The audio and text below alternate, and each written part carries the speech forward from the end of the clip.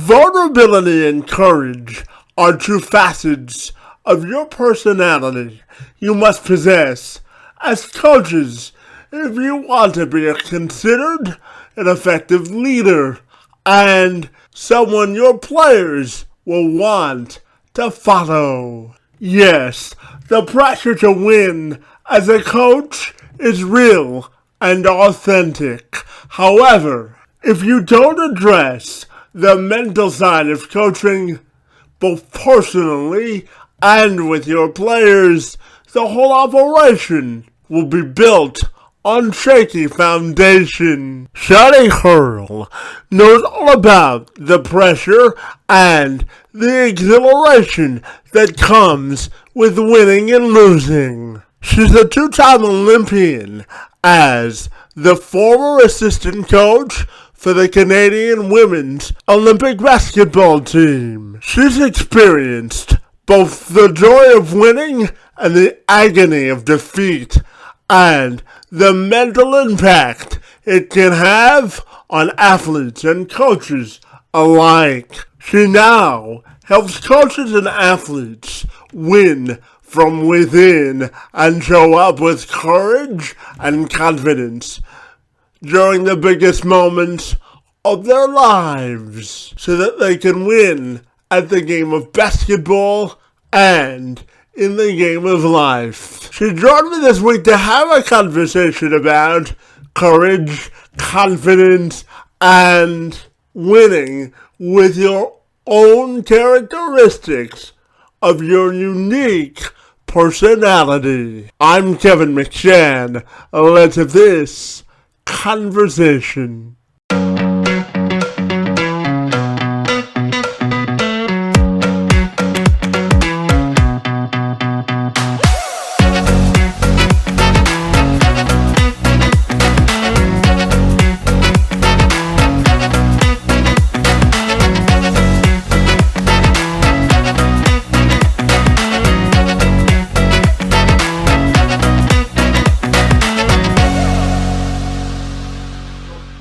If you're ready, I'll take a moment to welcome you to the program, and I'm excited to learn how you help people through their mental health journey and a little bit about your personal stories. Well, thank you so very much for being here this afternoon, and it's wonderful to be with you today.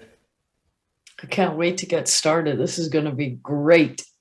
Yeah, absolutely. Now, Shawnee, I want to dive right into your story. I know that you're a two-time Olympian, and you also help people as a mental and fitness coach sort of cut through the noise and find their inner tiger. So I'm wondering if you could share a little bit about your background and all the great work that you do. Sure. I was an athlete. Maybe I use that word that term loosely, but back in the day, I played college basketball. In Canada, we call it university basketball. Then I moved in to coaching, and now I'm a mental toughness coach. And the reason that I switched it up is I got to see how difficult sport has become for our athletes, not just sport, but life. And they are overwhelmed. I call it a storm.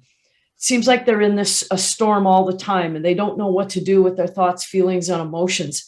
And when you don't know what to do with your thoughts, feelings, and emotions in sport, you're in trouble. Because if you ever wanted to have a feeling, play a sport.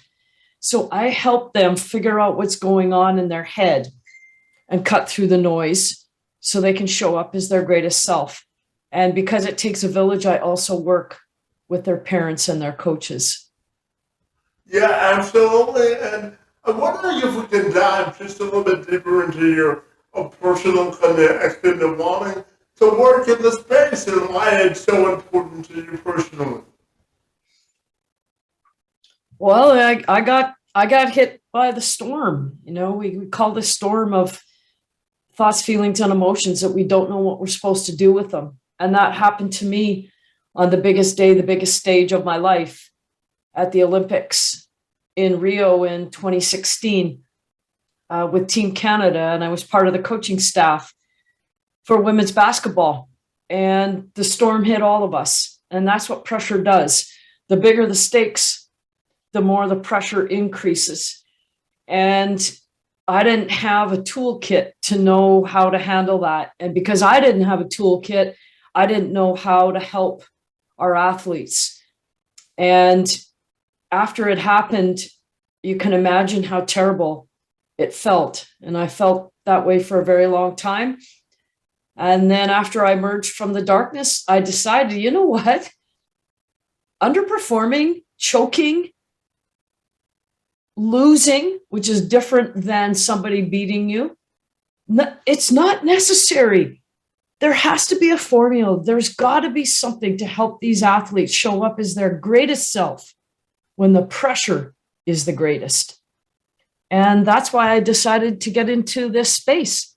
And I'm helping athletes figure out what to do when they're in the storm. Yeah, and to that point, I'm wondering if we can further or define what it means for you when we talk about fulfillment versus growth. I'm wondering if you have any opinion on how we define and separate the two. I'm curious.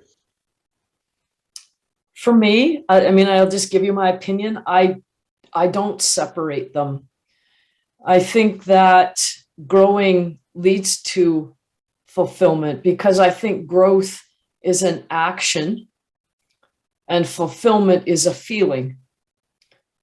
And when we are taking actions to grow, to have a growth mindset, to become our greatest self, I think that ends up in fulfillment. And another word I like to use is contentment. So for me, those two words are not, they're connected. They're not separated. One of the strongest tenets of life that Harle believes is true for all of us is that diversity should be a concept that we all embrace when we put it in the context of ensuring that athletes with disabilities have a chance to thrive on the court. Harle says it's a notion we should all get behind. Well, in my opinion, sport should be universal and sport should be available to all. End of sentence. I'm not sure if any of your listeners tuned in to the Paralympic Games. That just recently happened in Beijing. And I have been able to watch and be somewhat involved with our Canadian wheelchair Olympic basketball team. So to answer your question, I think diversity and inclusion is important in life. So does that mean it's important in sport? Heck yeah. Yes, it does. And I think sport should be available to all. Yeah, absolutely. Everyone deserves a chance to showcase their abilities and skills. Absolutely. I know that you also work with novice coaches and coaches on every level of the spectrum for growth and advancement in coaching. So I'm curious to ask you about your mentorship role and how important that is to you.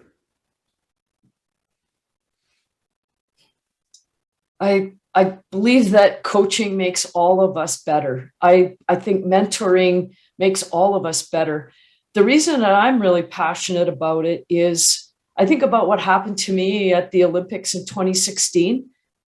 And I'm like, you know what? I want to help coaches not have to experience what I did. I want to help them be able to be wiser, to be able to know what to do when the storm comes. I mean, Maya Angelou said, when we know better, we do better. My mentoring is to help coaches know better. I believe that mentoring helps all of us become, they're our guide. They guide us towards our greatest self because we all have blind spots. and they're called blind spots for a reason. And I'm really passionate about helping coaches because you know what? Do you know how hard it is what coaches do? I don't know what harder. I mean, there's a lot of hard jobs in the world. Being a coach is really, really difficult. Yeah, I totally agree. You know, my brother, so I'll also share this with you, Shawnee. I have an identical twin brother, and Oh, cool. Keith and I were we were both born with cerebral palsy. My brother grew out of his Oh, months 4 months after we were born, and my brother spent 6 years as a high school basketball head coach. So I know all about yes. what goes into coaching. It's certainly a labor of love and a commitment, isn't it? Oh, it is. Those are two great words. And I'll tell you the other thing that's so hard about coaching, people criticize and judge all the time because there's only one way to measure success, and that's winning. And if you don't win, you get thrown under the bus. And we know that sport has winning and losing. I mean, it's really hard to win. That's why being a coach is so hard. It's really difficult to be successful all the time. Yeah, absolutely. And you know, Shadi, I was excited to talk to you today because, as you know, we're coming up on the end of Women's History Month. So I'm wondering your thoughts on the significance of observing the month and what it means to you. Wow, what a great question. What I thought was really great on History Month is at the Oscars, when you think about the movie that Shaquille O'Neal, he was one of the creators, and it actually highlighted one of the first female colored Black women. Like, we are actually starting to understand the importance of women. And obviously, my context and where my passion lies is in sport. So, what does this month mean? In many ways, I'm like, we should have been talking about this stuff a heck of a long time ago.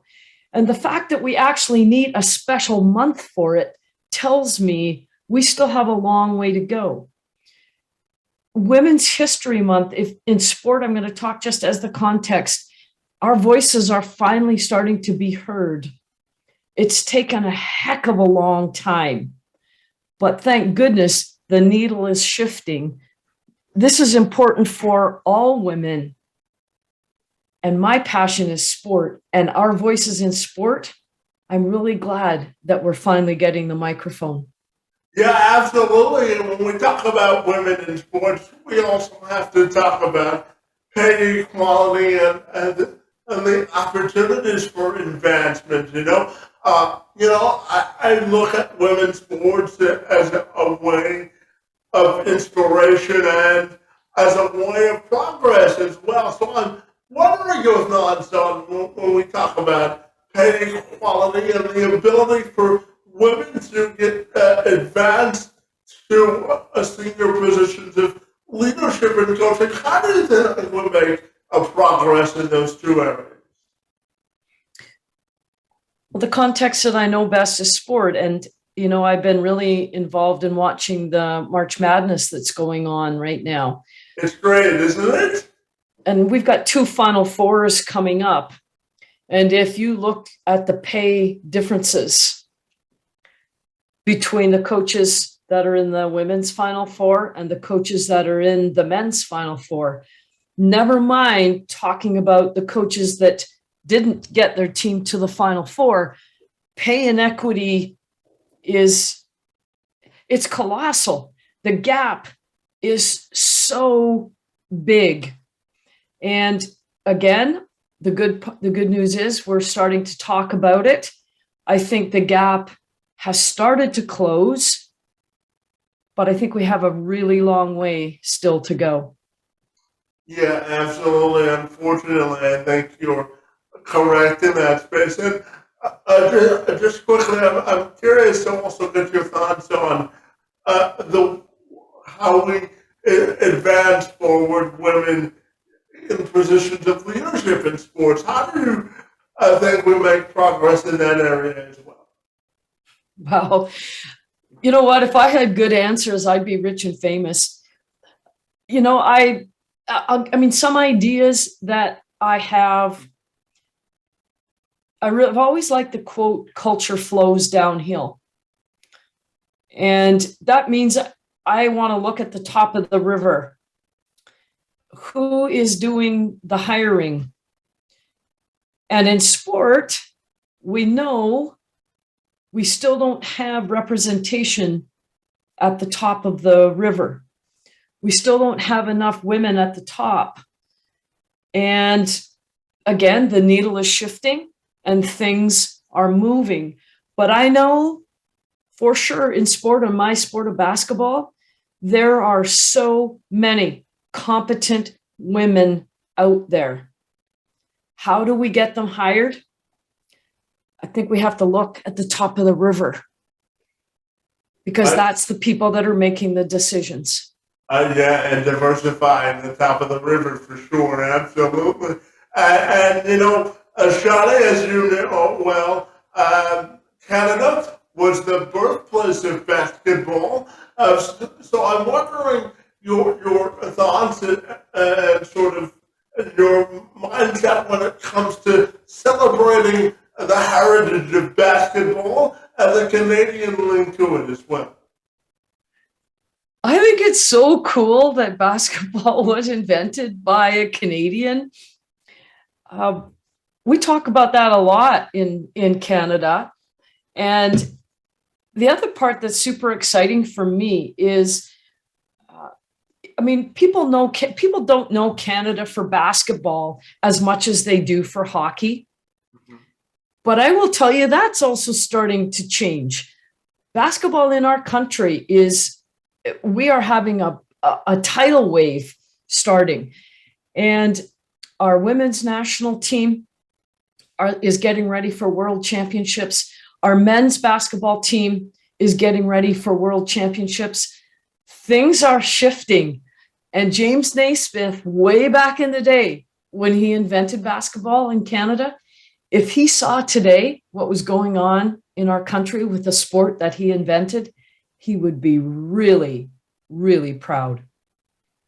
Indeed, it would. It's certainly been evolving over the years. And I'm also wondering, too, Shawnee, about your perspective on sort of effective pressure management when it comes to coaching and how coaches can effectively manage their physical and mental health while they're in the trenches of coaching. I'm curious to get your perspective in that regard.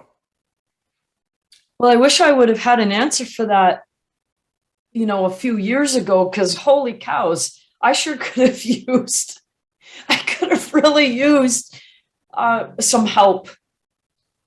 This is what I am learning now as I work with coaches and athletes and parents. The concept is we don't change behavior by addressing the behavior. We have to look underneath and we have to see what's driving it, what's causing it. And when I look at pressure, I don't think coaches have a chance of handling it unless they understand what's causing it. What I think causes pressure in coaching is the fear of losing. Because what happens when we lose? We get a smackdown. Social media beats us up. The parents beat us up. Our administrators beat us up. We get thrown under the bus. Because what are we hired for? We're hired to win. And I didn't really pay attention to that when I was a head coach or when I was working with our Olympic team. I always knew I felt pressure, nerves, whatever words that we want to use, but I didn't really go underneath and understand the root. I believe as coaches, until we manage our fear of losing, we're not going to be able to do much about the pressure. Yeah, and to that point, coaching, in my view, is all about relationships. And one of the questions I wanted to ask you today was about creating an effective coach to athlete relationship and the factors that go into that.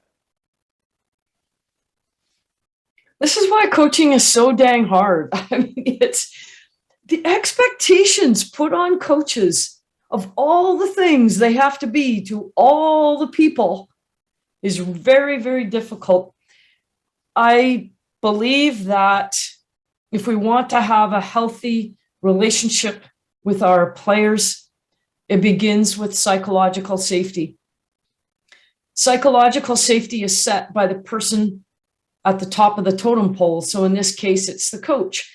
And when the coach sets psychological safety, what that means is they have a relationship with their athletes where the athlete feels safe to take their armor off.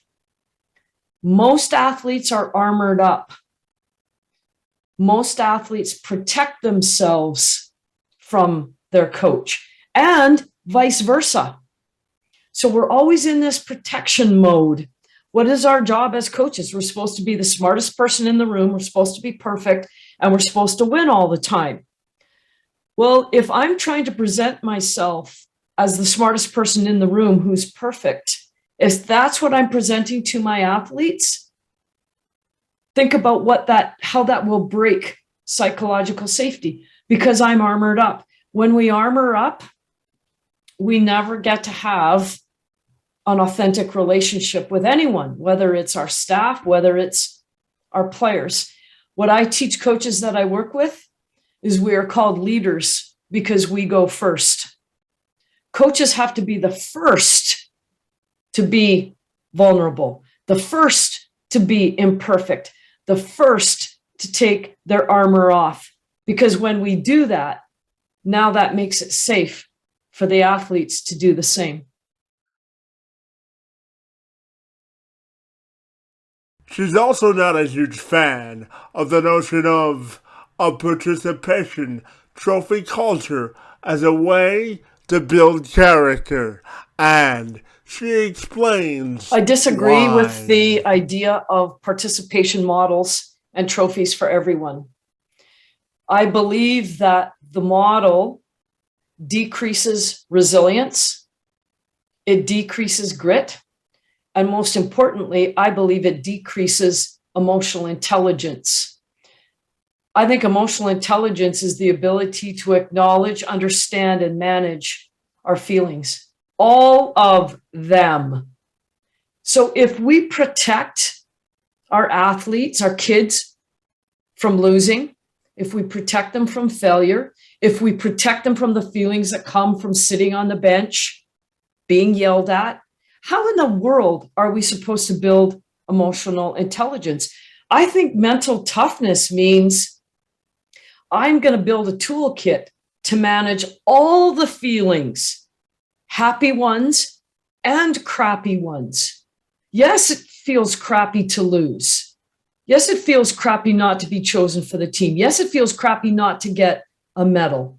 Let's handle the feeling instead of cover the feeling up with a fake participation medal. I am not a fan of the model at all. Yeah, I think there are a number of ways to build character, and I'm not a huge fan of the participation model myself, so I can relate to you in that way. And the last formal question I had for you had to do with the dynamic between parents and coaches, because more and more parents are becoming more vocally involved in their kids' sporting events and their psychological development through sports. So I'm wondering your thoughts on how we can create and foster effective and nurturing relationships between athletes, coaches, and parents.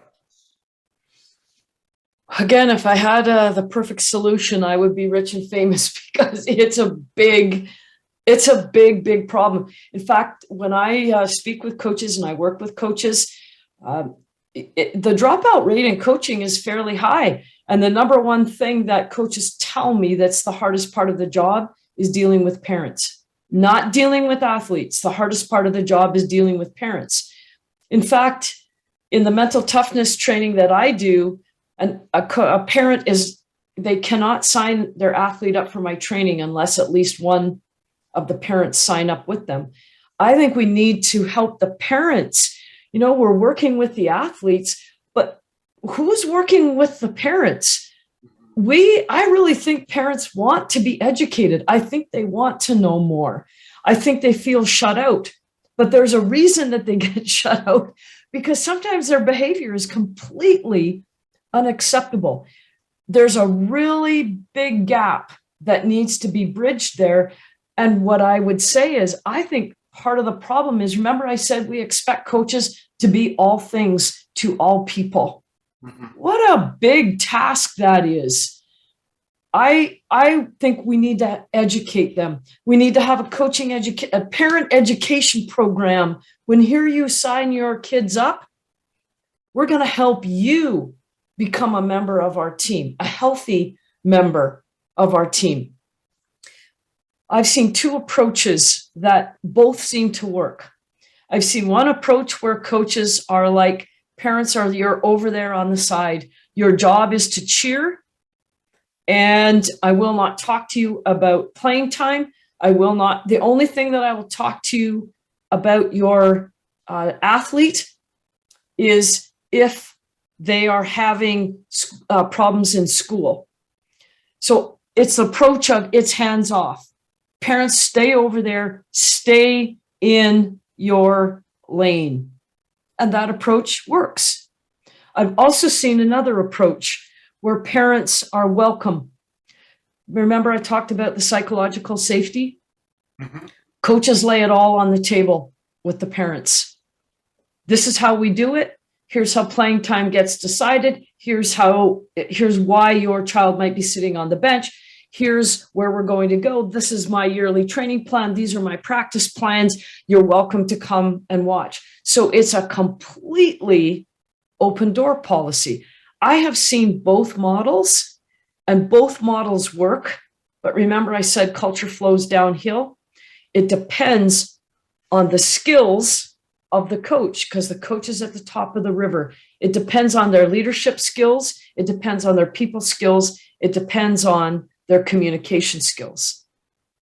Yeah, it all is interconnected for sure. And, Shawnee, my final question for you is, when you look at your imprint of impact, I'm wondering how you want your legacy to be defined both personally and professionally.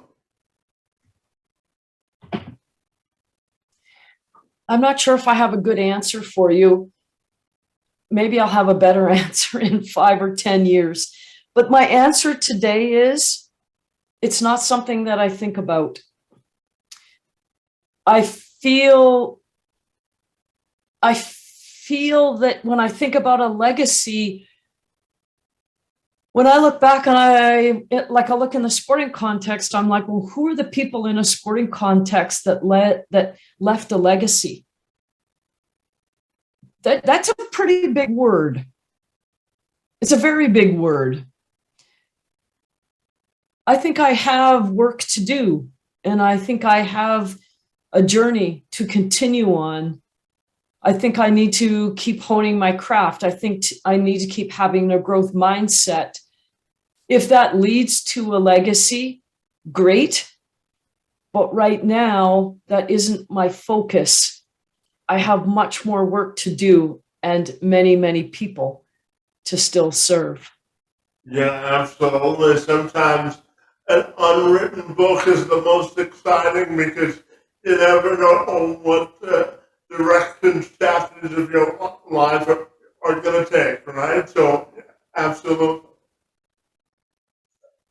And tell me, Shawnee, if people want to get connected with you, what's the best way they can do that? My website's a great place to start. My website is I think you probably have that in the show notes. People sometimes don't get my name spelled correctly. They can find me on social media. My handle is ShawneeHarle.com. I'm very active on Facebook. I've been poking a lot of people in there lately, and they can find me there at Shawnee Harle. Fantastic. Well, as a former sports reporter and someone who's been involved in sports practically all of my life, I really was looking forward to engaging in conversation with you today, Shawnee, and I really want to thank you for taking my questions and for being here this afternoon. It's most appreciated. I enjoyed it, and your questions were thought-provoking. Thank you for having me as a guest, and I hope that your listeners found a couple nuggets in there.